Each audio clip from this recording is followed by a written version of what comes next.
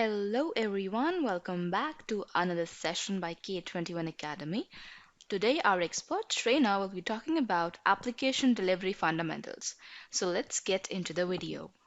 Let's talk about application fundamentals first. Okay, probably most of you might be aware of application fundamentals, but just quickly run through with what are the basic necessity basic what are the basic fundamentals that you need to understand if you're talking about application delivery.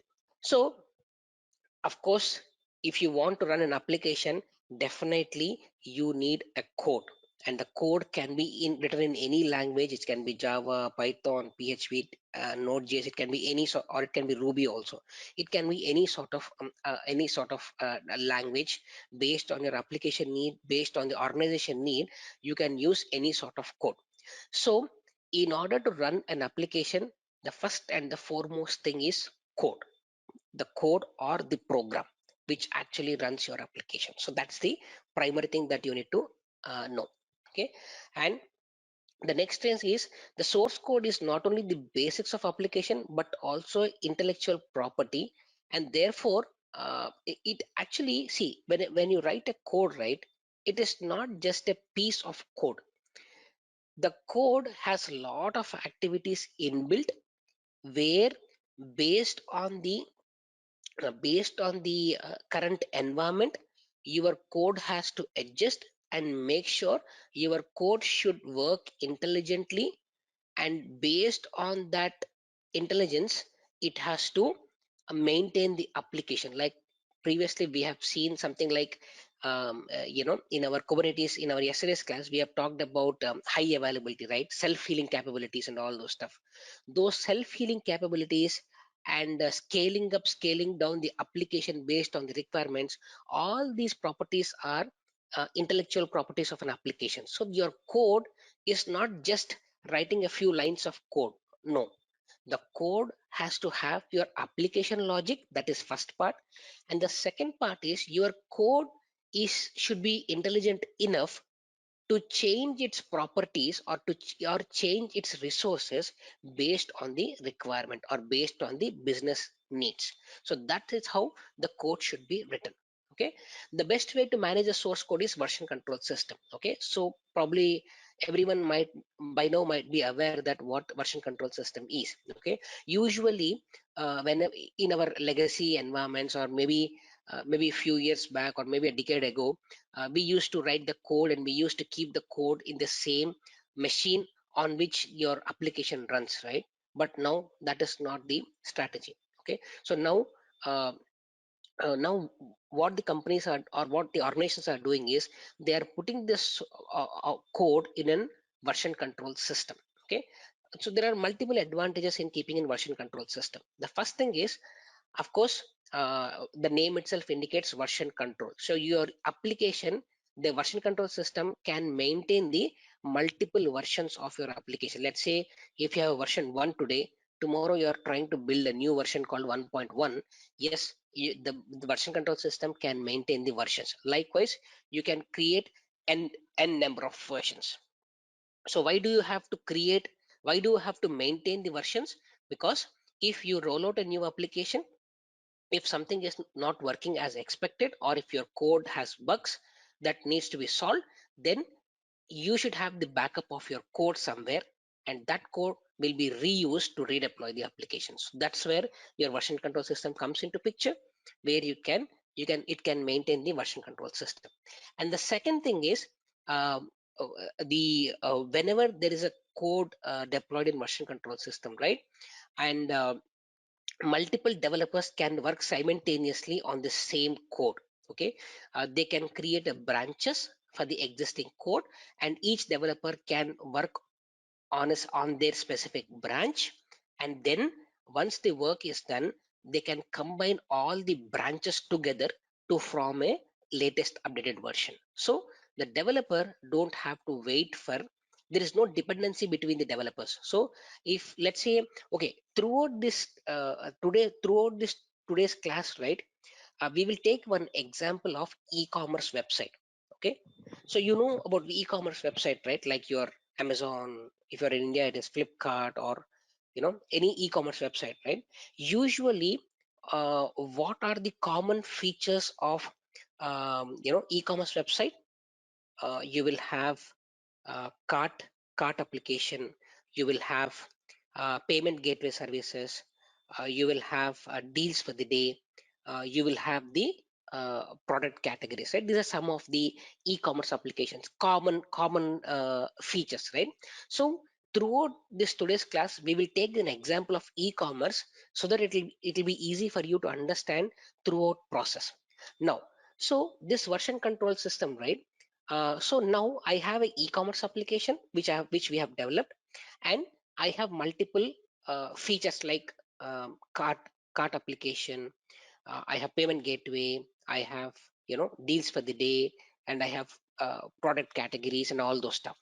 Now every every piece like cart, your payment gateway, every piece of this software is a feature, and this feature is maintained by a set of developers, and the developers who is managing the cart will be a different set of application, and the developers who is managing the payment gateway might be a different set of people, and that depends upon that depend upon the application usage. Like if it is Amazon or big e-commerce applications, right? Every feature itself is an application actually, and that application is maintained by a set of developers, and that code will be written in the version control system. And whenever you are updating your payment gateway services with more advanced security features, right?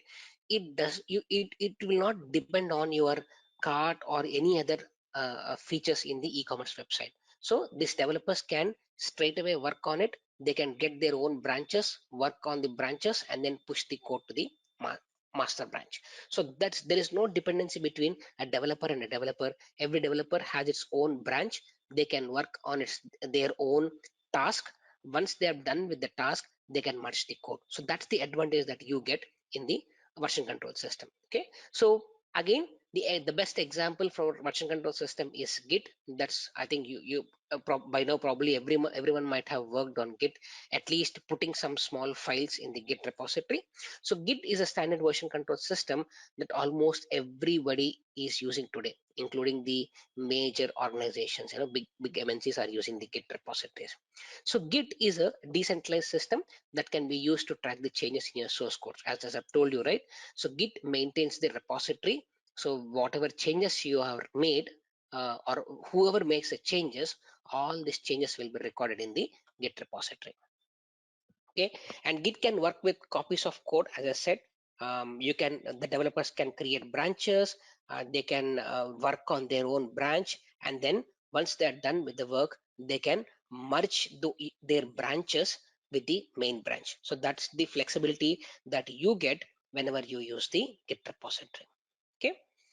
So that's a quick intro to what version control system is and what is the popular vendor that we use, which is Git repositories. And there are a lot of other version control systems which are available in the market. But as I said, right, you have lots and lots of tools in the application deployment.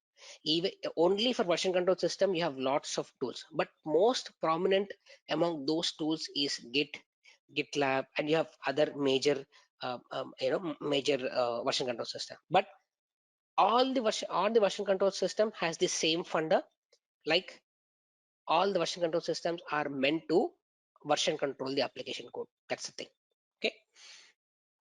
Now when the source code is check-in, the next step from before delivering your application is to build it, which is also including the which also includes the building the container. So once your code is ready, right, the next step will be delivering your application by building it. So once your code is ready, you need to compile and you need to build the application, and that building application at the back end will also include creating the container image.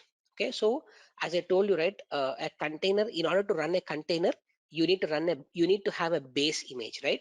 So that base image will be created when you build the application. So and that image will be used to create the containers. Okay. Now To ensure high quality of your application, the next step should be extensive and automatic testing of application to make sure all functionality is still in place. Now, your first part is building a code, pushing the code to repository, which is version control system. From the version control system, you are building it.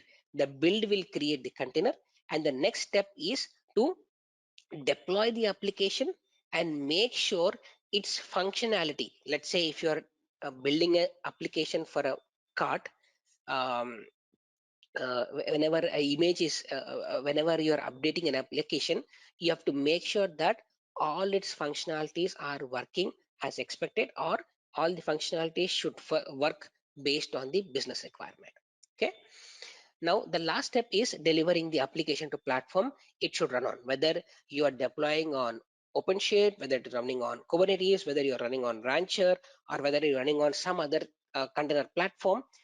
Your application, the last step is to deploy the application on that platform. So that should be your application deployment strategy. And if a target platform is Kubernetes, you can write some YAML files to deploy your application, while your new build container image can be pushed from the registry. So now if you observe, right, let me pull out my highlighter. uh, yeah. So if you observe, right, the first step is the when your code is ready, it builds the it creates the container image, right? When the container image is created, the container image will be pushed to the container registry. Okay. And this container registry can be an internal registry or it can be an external registry. Okay. You can maintain your own internal registries like KA or whatever internal registry you use, or you can use Docker Hub or any sort of public registries, and you can upload the image there. And when you try to deploy the application, it downloads the image and then from the container registry, and then it deploys the application. And whenever there is a change in the application code, right, whenever you change the application to, like, you have some advanced features that you have incorporated into the new code, so that will do the same process again. Build it, it will create a new container image, the container image will push to registry, and from there you can deploy the new application with the new code. So every change whatever you make, that will create a new build. That new build will create a new container image, which it uploads to container registry. So, guys, this was our expert from Team K21 Academy. And if in case you missed upon any concepts or if you want to dive deeper, then we have something really, really special for you. We have our free class on Docker and Kubernetes certification to get you higher paying jobs. And in this interactive session, we'll be learning about why learn containers, that is Dockers and Kubernetes. You'll be learning about the whole Docker container architecture. We'll be getting to know about some hands-on demo. You'll be getting to know the certifications regarding Kubernetes, CKA, CKS, and CKAD. And we do have Q&As along with a limited time gift. So if you want to enroll for this free class, all you have to do is just log on to k21academy.com/K8S02. And after that, you just have to click on book your free seat now. And after that, you just have to select an event date according to your availability, add your name, your email address, your phone number, and click on yes, save my seat. Moving ahead, you'll be seeing this kind of URL. You can add this URL to your calendars, and I'll see you in the free class. Till then, take care and keep learning.